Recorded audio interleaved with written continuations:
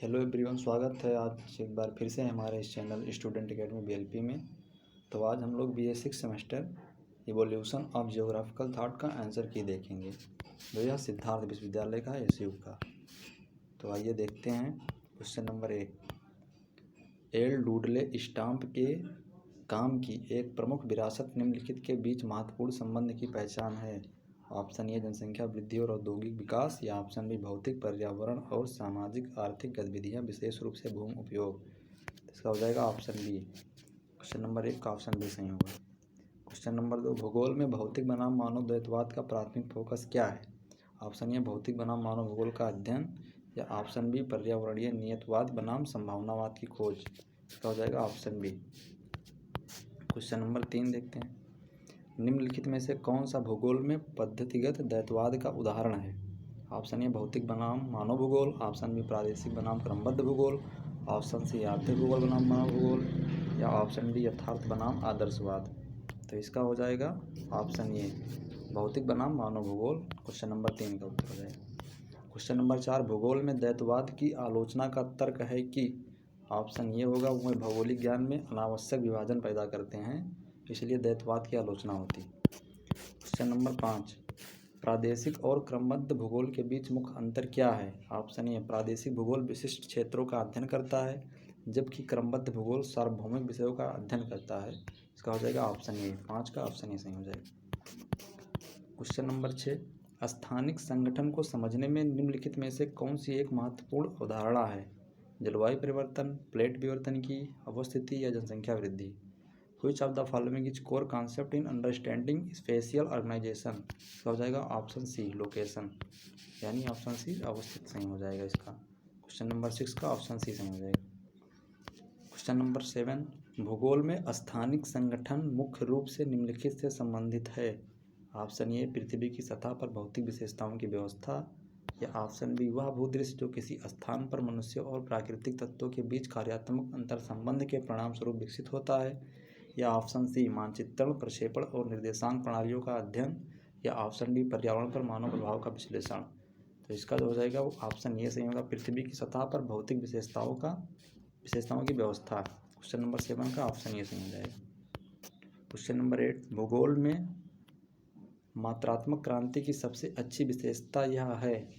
इसका हो जाएगा ऑप्शन सी भौगोलिक जांच के लिए सांख्यिकीय तकनीकों, गणितीय मॉडल और सैद्धांतिक ढांचे का अनुप्रयोग ही मात्रात्मक क्रांति की सबसे अच्छी विशेषता है, यानी 8 का ऑप्शन सी सही हो जाएगा। क्वेश्चन नंबर 9, भूगोल में मात्रात्मक क्रांति किस दशा में प्रमुखता से उभरी। ऑप्शन ए 1920 का दशक, ऑप्शन बी 1950 से 1960 का दशक, ऑप्शन सी 1980 का दशक, या ऑप्शन डी 2000 के दशक। इसका हो जाएगा ऑप्शन बी 1950 से 1960 के दशक तक मात्रात्मक क्रांति प्रमुखता से उभरती है।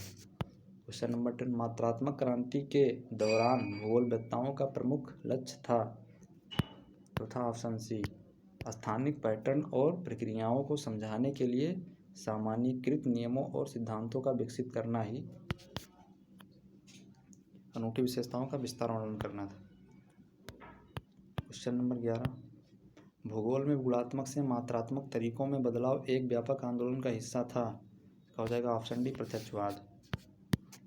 क्वेश्चन नंबर 12, निम्नलिखित में से कौन सा भूगोलवेत्ता मात्रात्मक क्रांति का प्रबल समर्थक था। Option A William Bunge, option B Carl Sauer, option C Vidal de Laplace, या option D Ellen Churchill Semple. इसका हो जाएगा ऑप्शन ए विलियम बुंगे जो थे मात्रात्मक क्रांति के प्रबल समर्थक थे। क्वेश्चन नंबर 13, मात्रात्मक क्रांति की मुख्य आलोचना क्या थी। मानवीय अनुभव भावनाओं को अनदेखी करना, या प्रौद्योगिकी पर अत्यधिक निर्भरता, या फील्ड वर्क पर अत्यधिक ध्यान देना, या गणितीय कठोरता का अभाव। इसका हो जाएगा ऑप्शन ए मानवीय अनुभवों और भावनाओं को अनदेखी करना मात्रात्मक क्रांति की मुख्य आलोचना थी। क्वेश्चन नंबर 14, भौगोलिक अध्ययन में प्रतिमान क्या है। तो प्रतिमान जो है किसी अनुशासन के भीतर मौलिक ही प्रतिमान है। ऑप्शन डी सही हो जाएगा क्वेश्चन नंबर 14 में। क्वेश्चन नंबर 15, मान्यताओं और अवधारणाओं का एक सेट भूगोल में कौन सा प्रतिमान मात्रात्मक तरीकों, स्थानिक नियमों और मॉडलिंग पर जोर देता है। इसका हो जाएगा ऑप्शन सी मात्रात्मक क्रांति। क्वेश्चन 16 देखते हैं, कौन सा प्रतिमान मानवीय अनुभवों और भावनाओं की अनदेखी करने के लिए मात्रात्मक क्रांति की आलोचना करता है। ऑप्शन ए व्यवहारिक भूगोल, या ऑप्शन बी मानवतावादी भूगोल, या ऑप्शन सी नारीवादी भूगोल, या ऑप्शन डी प्रत्यक्षवादी भूगोल। तो हो जाएगा ऑप्शन बी मानवतावादी भूगोल। क्वेश्चन नंबर 17, कौन सा प्रतिमान भूगोल में सामाजिक न्याय, असमानता और मार्क्सवादी सिद्धांतों पर केंद्रित है? ऑप्शन ए उग्रवादी भूगोल, या ऑप्शन बी क्षेत्रीय भूगोल, या ऑप्शन सी संभावनावाद भूगोल, या ऑप्शन डी व्यवस्थित भूगोल। तो इसका जो हो जाएगा वो ऑप्शन ए हो जाएगा उग्रवादी भूगोल। क्वेश्चन नंबर 18, नारीवादी भूगोल मुख्य रूप से इस पर केंद्रित है। हो जाएगा ऑप्शन ए स्थानिक संरचनाओं में लैंगिक असमानताओं पर नारीवादी भूगोल मुख्य रूप से केंद्रित है। क्वेश्चन नंबर 19, व्यवहारिक भूगोल निम्नलिखित की जांच करता है। वैश्विक जलवायु परिवर्तन के बड़े पैमाने पर पैटर्न, या ऑप्शन बी व्यक्ति और समूह अपने स्थानिक वातावरण को कैसे देखते हैं, समझते हैं और कार्य करते हैं, यही व्यवहारिक भूगोल इसी की जांच करता है, ऑप्शन बी। प्रश्न नंबर 20 देखते हैं, कुहन के अनुसार वैज्ञानिक क्रांति किस कारण से होती है? कुहन के अनुसार वैज्ञानिक कारण की किस कारण से होती है? तो इसका हो जाएगा ऑप्शन बी विसंगतियों का उद्भव जिसे मौजूदा प्रतिमान हल नहीं कर सकता है। क्वेश्चन नंबर 20 हो जाएगा इसका। प्रश्न नंबर 21 देखते हैं, कुहन एक प्रतिमान से दूसरे प्रतिमान में संक्रमण का वर्णन कैसे करते हैं? एक सहज और तार्किक प्रगति, या ऑप्शन बी एक अचानक और गैर संचयी बदलाव जो गेस्ट लास्ट स्विच जैसा दिखता है। इसका हो जाएगा ऑप्शन बी। क्वेश्चन नंबर 22, निम्नलिखित में से कौन सा अच्छा पूर्व प्रतिमान विज्ञान का सबसे अच्छा वर्णन करता है? तो एक ऐसा चरण जहाँ विचारधारा के प्रतिस्पर्धी स्कूल बिना किसी प्रमुख ढांचे के मौजूद हैं, यही ऑप्शन ये सही हो जाएगा क्वेश्चन नंबर 22 का। क्वेश्चन नंबर 23, भूगोल शब्द का प्रयोग पहली बार किसने किया था? तो इसका हो जाएगा ऑप्शन डी इरेटोस्थनीज ने किया था। क्वेश्चन नंबर 24, 300 से 1200 ईस्वी तक अंधकार युग डैश के प्रभाव में था। इसका हो जाएगा ऑप्शन सी ईसाई धर्म अंधकार युग में था। क्वेश्चन नंबर 25, अमेरिका महाद्वीप का नाम किस खोजकर्ता के नाम पर रखा गया? ऑप्शन ए कोलंबस के नाम पर नहीं रखा गया, option D Vasco da gamma, Magellan नहीं, ऑप्शन डी अमेरिगो वेस्पुची के नाम पर रखा गया था। क्वेश्चन नंबर 26, दो सहायक नदियों के नाम सप्त सिंधु क्षेत्र में जो सिंधु जो परवर्ती युग में सूख गए हैं, दो सहायक नदियाँ के नाम सप्त सिंधु क्षेत्र में सिंधु जो परवर्ती युग में सूख गए हैं, इसका हो जाएगा ऑप्शन सी सरस्वती और घग्गर नदी जो सूख चुकी हैं। क्वेश्चन नंबर 27, किस प्राचीन भारतीय ग्रंथ में नदियों, पहाड़ों और क्षेत्रों के बारे में विस्तृत भौगोलिक ज्ञान है? हो जाएगा ऑप्शन ए ऋग्वेद में। क्वेश्चन नंबर 28, बृहत संहिता लिखी गई थी? तो 12 द्वारा लिखी गई थी, ऑप्शन सी सही हो जाएगा बृहत संहिता। 12 द्वारा लिखित पंच सिद्धांतिका में निम्नलिखित का ज्ञान शामिल है? इसका हो जाएगा ऑप्शन ए राजनीतिक भूगोल, या ऑप्शन बी खगोलीय भूगोल, या ऑप्शन सी समुद्र विज्ञान, या ऑप्शन डी मानचित्र कला। इसका हो जाएगा ऑप्शन बी खगोलीय भूगोल यानी एस्ट्रोनॉमिकल ज्योग्राफी। क्वेश्चन नंबर 30, विश्व के केंद्र के रूप में मेरू पर्वत का उल्लेख किसमें किया गया है? पुराण में, रामायण में, महाभारत में, वेद में। इसका हो जाएगा ऑप्शन ए पुराण में। क्वेश्चन नंबर 31, प्राचीन भारत में सूर्य और चंद्र ग्रहण के बारे में ज्ञान किस विद्वान ने दिया था? Option A Aryabhatta, option B Bhaskaracharya, या ऑप्शन सी वारामिहिर, या ऑप्शन डी ब्रह्मगुप्त। इसका हो जाएगा ऑप्शन ए आर्यभट्ट ने दिया था चंद्र ग्रहण और सूर्य ग्रहण का ज्ञान। क्वेश्चन नंबर 32, ऋग्वेद में किस नदी का सबसे अधिक बार उल्लेख किया गया है? तो इसका हो जाएगा ऑप्शन सी सरस्वती नदी का सबसे अधिक बार उल्लेख किया गया है। क्वेश्चन नंबर 30, ऋग्वेद में सप्त सिंधु नामक क्षेत्र का तात्पर्य है, यानी the region called Sapta Sindhu in the Rigveda efforts to. तो इसका हो जाएगा ऑप्शन बी 7 पवित्र नदियाँ यानी 7 हॉली रिवर्स। क्वेश्चन नंबर 34, वेदों में किस पर्वत श्रृंखला को हिमवंत कहा गया है? यानी ऑप्शन सी हिमालय को हिमवंत कहा गया है। प्रोफेसर यसम अली के अनुसार पुराण भौगोलिक क्षेत्रों को किन भागों में वर्गीकृत करते हैं? 3 भागों में, 4 भागों में, 7 भागों में, 10 भागों में। इसका ऑप्शन सी 7 भागों में। 36, आर्यभट्ट ने कौन सा प्राचीन भारतीय ग्रंथ लिखा जिसमें भूगोल और खगोल विज्ञान के बारे में टिप्पणियां शामिल हैं? इसका हो जाएगा option B Aryabhatiya. Question number 37, क्या इरेटोस्थनीज किसके लिए प्रसिद्ध हैं? तो ऑप्शन ए प्रथम विश्व मानचित्र बनाना, या ऑप्शन बी पृथ्वी की परिधि को मापना, ऑप्शन सी अच्छा और स्वदेश संस्कृति की अवधारणा का विकास करना, या ऑप्शन डी अमेरिका की खोज करना। क्या हो जाएगा ऑप्शन बी पृथ्वी की परिधि को मापना। इरेटोस्थनीज इसकी पृथ्वी की परिधि को मापा था। क्वेश्चन नंबर 33, किस यूनानी विद्वान को इतिहास का जनक कहा जाता है और उन्हें भूगोल में भी योगदान दिया है? इसका हो जाएगा ऑप्शन बी हेरोडोटस। टालेमी के मानचित्रों का यूरोप में किस काल तक व्यापक रूप से उपयोग किया जाता था? इसका हो जाएगा ऑप्शन बी पुनर्जागरण काल तक। क्वेश्चन नंबर 40, टालेमी का आल्मागेस्ट मुख्य रूप से संबंधित है? ऑप्शन ए भूगोल से, ऑप्शन बी खगोल विज्ञान से, ऑप्शन सी चिकित्सा से, ऑप्शन डी राजनीति से। तो इसका हो जाएगा ऑप्शन बी खगोल विज्ञान से। क्वेश्चन नंबर 41, होमर को किन दो प्रसिद्ध महाकाव्यों के लिए जाना जाता है जिनमें भौगोलिक विवरण शामिल हैं? Option A the Republic and the Odyssey, the Odyssey and the Iliad. Option B सही हो जाएगा इसका क्वेश्चन नंबर 41 का। क्वेश्चन नंबर 42, थेलीज ने खगोलीय पिंडों के अध्ययन में क्या योगदान दिया? ऑप्शन सी, उन्होंने सूर्य ग्रहण की भविष्यवाणी की थी थेलीज ने। यानी क्वेश्चन नंबर 42 का ऑप्शन सी सही हो जाएगा। क्वेश्चन नंबर 43, निम्नलिखित में से किस कार्य का श्रेय हेकेटियस को दिया जाता है? जियोग्राफिया, पेरिएजेसिस या जेस पेरियोडेसिस, पृथ्वी के चारों ओर यात्राएं, या हिस्टोरिया। इसका हो जाएगा option B Periegesis. Question number 44, Strabo के जियोग्राफिका में कितने खंड हैं? इसका हो जाएगा ऑप्शन बी 17 खंड है जियोग्राफिका में। क्वेश्चन नंबर 45, नोमोन क्या है जिसका उपयोग एनेक्सिमेंडर ने अपने अध्ययन में किया? ऑप्शन ए एक प्रकार का दूरबीन, ऑप्शन बी एक कैलेंडर प्रणाली, ऑप्शन सी सौर समय का निर्धारण, या ऑप्शन डी मानचित्र प्रक्षेपण की एक विधि। इसका हो जाएगा ऑप्शन सी हो जाएगा सौर समय का निर्धारण ही नोमोन है। क्वेश्चन नंबर 46, स्ट्रैबो ने भूगोल में किस पहलू के महत्व पर जोर दिया? इसका हो जाएगा ऑप्शन बी गणितीय और प्रादेशिक भूगोल पर स्ट्रैबो ने जोर दिया था। Question number 47, Pliny the Elder को उनके किस काम के लिए जाना जाता है? तो उनके हिस्टोरिया नेचुरल्स नामक पुस्तक लिखने के लिए जाना जाता है। क्वेश्चन नंबर 48, निम्नलिखित में से अल मसूदी की सबसे प्रसिद्ध रचना कौन सी है? किताब उल रुजारी या अल इदरीसी की है, मुकद्दिमा ये भी नहीं है, या मुरूज अल दाहब व मदीना अल जवाहर यही होगी ऑप्शन। क्वेश्चन नंबर 48 का ऑप्शन सी सही हो जाएगा। अपने भौगोलिक कार्यों में अल मसूदी ने प्रारंभिक विवरण प्रदान किया? तो ऑप्शन बी मानसूनी हवाओं और हिंद महासागर व्यापार। ऑप्शन बी सही हो जाएगा इसका। क्वेश्चन नंबर 50, अल इदरीसी को किस प्रसिद्ध भौगोलिक कार्य के लिए जाना जाता है? तो उन्हें टेबुला रोजे रियाना के लिए जाना जाता है अल इदरीसी को। क्वेश्चन नंबर 51, इब्न खालदून की प्रसिद्ध पुस्तक है किताब अल हिंद या अल मुकद्दिमा या रिहला या अल आत्मागेस्ट। तो इसका हो जाएगा ऑप्शन बी अल मुकद्दिमा जो है इब्न खालदून की प्रसिद्ध पुस्तक। क्वेश्चन नंबर 52, भूगोल पर इब्न हौकल की सबसे प्रसिद्ध कृति का नाम क्या है? तो किताब अल मसालिक वल ममालिक यानी मार्गों और स्थानों की पुस्तक। ऑप्शन बी सही हो जाएगा। क्वेश्चन नंबर 53, अल बिरूनी की कौन सी प्रसिद्ध कृति भारत के भूगोल, संस्कृति और विज्ञानों पर चर्चा करती है? तो इसका हो जाएगा ऑप्शन ए किताब अल हिंद। क्वेश्चन नंबर 54, पुनर्जागरण के दौरान अन्वेषण का नेतृत्व किस देश ने किया? Option A France, option B Italy, option C Portugal. इसका हो जाएगा पुर्तगाल ऑप्शन सी, यहाँ पर बी होना चाहिए। क्वेश्चन नंबर 54 का ऑप्शन सी सही हो जाएगा पुर्तगाल में।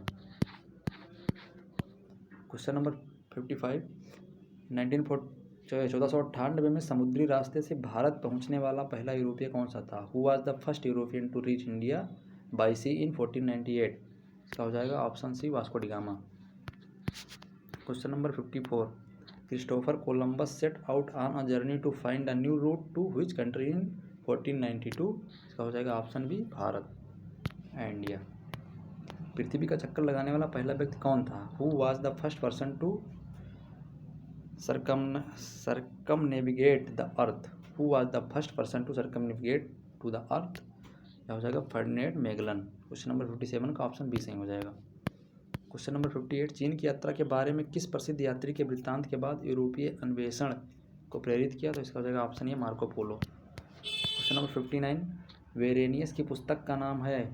ऑप्शन ए जियोग्राफिका जनरलिस या कॉस्मोग्राफिया या एटलस मेजर या डी रिबिलियस नविस आरबीएम कोलोस्टियम। इसका हो जाएगा ऑप्शन ए जियोग्राफिका जनरलिस जो है वो वेरेनियस की रचना है। क्वेश्चन नंबर 60, वेरेनियस ने भूगोल को दो मुख्य शाखाओं में विभाजित किया, वो क्या थी? हो जाएगा ऑप्शन बी सामान्य भूगोल और विशेष भूगोल। 61, बुआस को विश्व के भूगोल को किस सिद्धांत के आधार पर विभाजित करने के लिए जाना जाता है? इसका हो जाएगा ऑप्शन सी हाइड्रोग्राफी यानी जल आधारित विभाजन। Question number 62, Anton Friedrich Busching को भूगोल की किस शाखा में उनके योगदान के लिए जाना जाता है?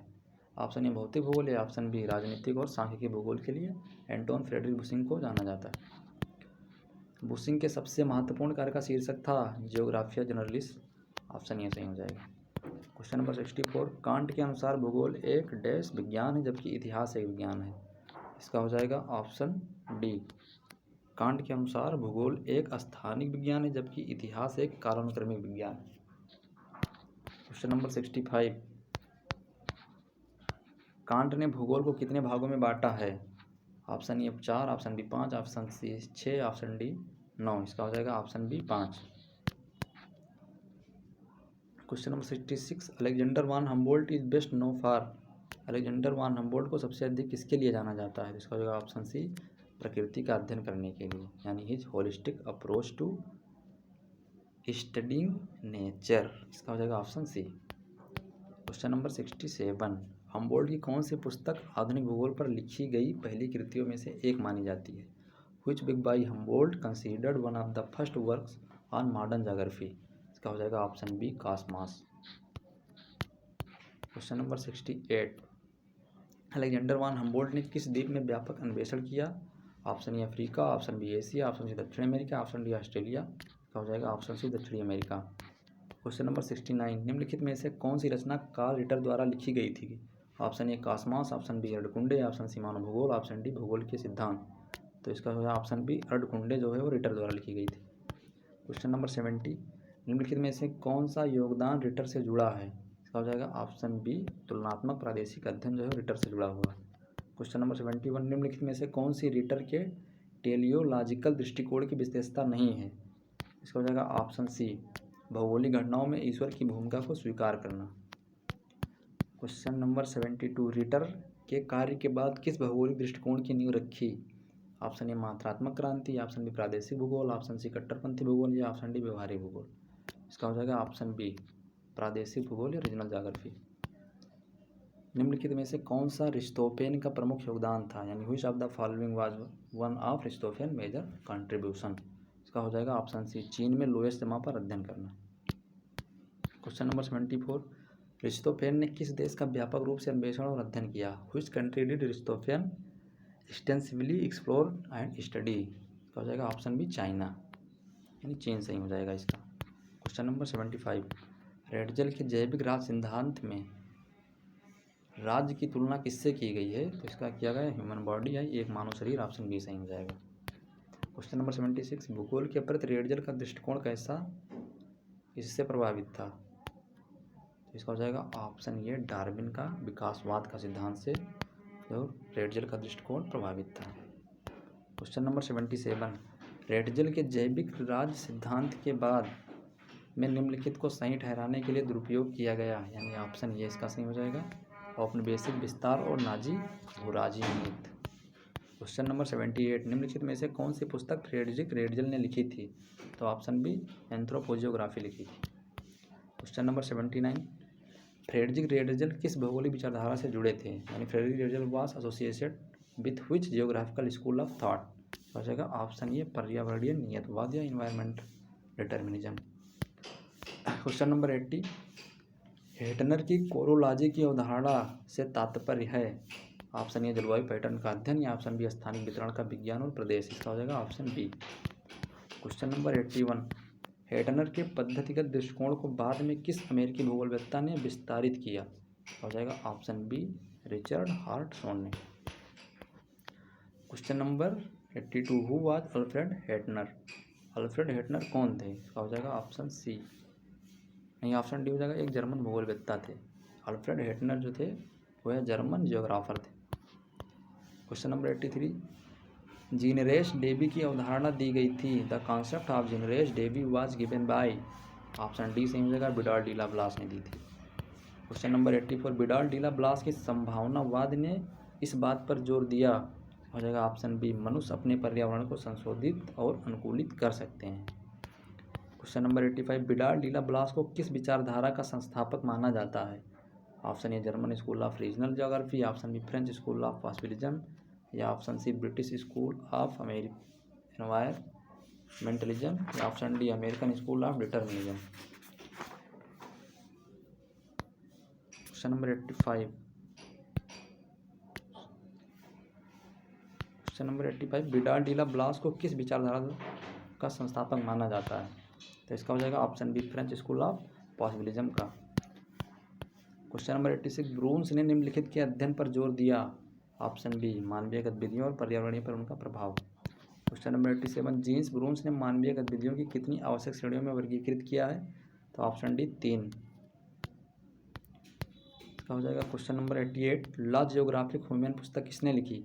3 ब्रून्स ने लिखी, ऑप्शन डी सही हो जाएगा। क्वेश्चन नंबर 89, प्रकृति परामर्शदात्री के अतिरिक्त कुछ नहीं है, इस कथन का श्रेय किसे दिया गया? Option C Widal de la Blache को दिया गया। क्वेश्चन नंबर 90, वोल्गा बेसिन एवं स्टेपी क्षेत्र में बसाव संबंधी समस्याओं पर सलाह के लिए तत्कालीन रूसी सरकार ने इनमें से किस भूगोलवेत्ता को आमंत्रित किया था? तो ऑप्शन ए कार्ल रिटर को। क्वेश्चन नंबर 91, भूदृश्य आकारिकी लैंडस्केप मार्फोलॉजी की संकल्पना किसकी थी? तो ये जो थी वो लैंडस्केप मार्फोलॉजी की जो थी कार्ल रिटर या कार्ल सावर की थी। कन्फ्यूजन हो रहा आप लोग कमेंट बॉक्स में इसका आंसर करिएगा कि इसका क्वेश्चन नंबर 91 का कौन सा ऑप्शन सही होगा। मेरे हिसाब से कार्ल सावर ही सही होगा। क्वेश्चन नंबर 92, सैंपल किस भौगोलिक सिद्धांत में सबसे अधिक जुड़ी हुई हैं? तो इसका ऑप्शन भी पर्यावरणीय नियतवाद इन्वायरमेंटल डिटर्मिनिज्म से जुड़ी थी। एलन चर्चिल सैंपल किस जर्मन भूगोलवेत्ता से प्रभावित थी? तो इसका हो जाएगा ऑप्शन सी फ्रेडरिक रेडजल की शिष्या थी Ellen Churchill Semple. Ellen Churchill Semple ने निम्नलिखित में से कौन सी पुस्तक लिखी? तो इन्फ्लुएंस ऑफ जियोग्राफिकल एनवायरनमेंट, यानी which of the following books was authored by Ellen Churchill Semple? तो influence of geographic environment, option B सही हो जाएगा।